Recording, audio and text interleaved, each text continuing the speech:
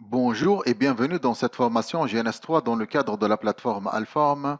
Aujourd'hui, nous allons montrer comment intégrer et configurer des images iOS sous GNS3. Passons au plan. Donc tout d'abord, nous allons définir les images iOS. Ensuite, nous allons montrer comment les intégrer sous l'environnement GNS3.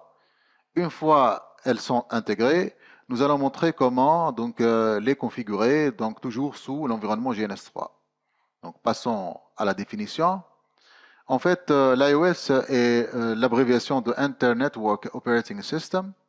C'est le système d'exploitation essentiellement utilisé sous les routeurs et les commutateurs Cisco. Les images iOS sont présentées essentiellement sous deux types de fichiers, à savoir le fichier binaire .bin ou le fichier image.image.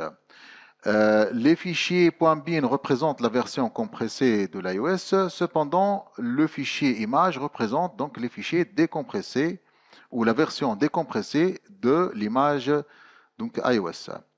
Les deux fichiers .bin et image seront situés dans le même endroit, une fois l'image iOS est intégrée avec succès dans GNS3. Donc voici comment intégrer les images iOS sous GNS3. Donc ça se fait à travers la boîte de dialogue préférences sous le menu Edit ou menu Édition.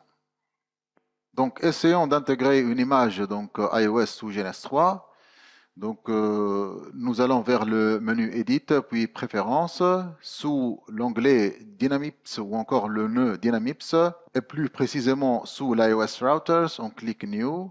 Par la suite, on navigue vers le dossier où se situent donc les images. On suppose que les images sont légalement téléchargées auprès du site Cisco.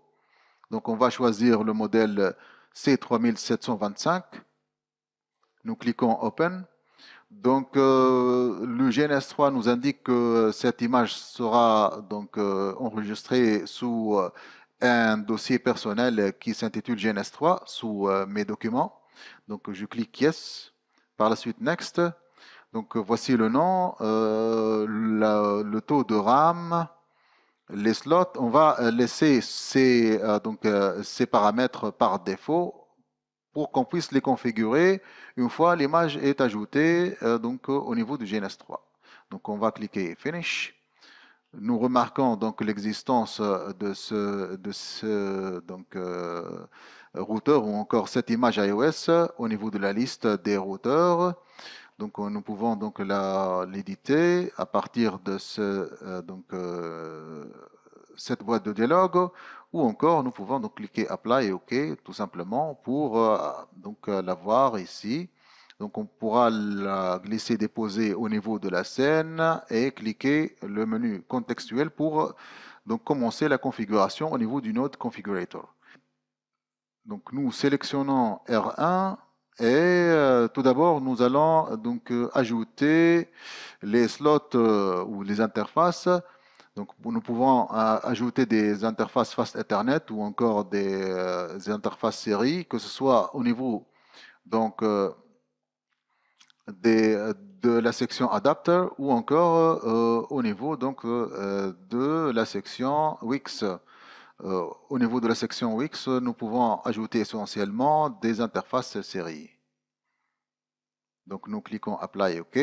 Une fois c'est fait, nous lançons notre routeur et bien évidemment nous lançons la console.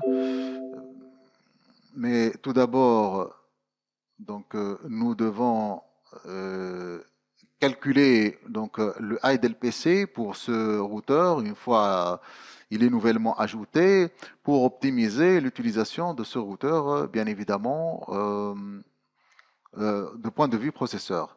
Donc, il faut choisir le nombre ou la valeur qui admet une étoile ici, ou encore cet astérix. C'est la valeur optimale suivant laquelle GNS3 va calculer la valeur optimale pour optimiser l'utilisation du CPU ou encore le processeur pour le cas de notre routeur. Donc on clique Apply et OK. Donc notre routeur est à présent prêt à être utilisé au niveau de n'importe quelle topologie GNS3.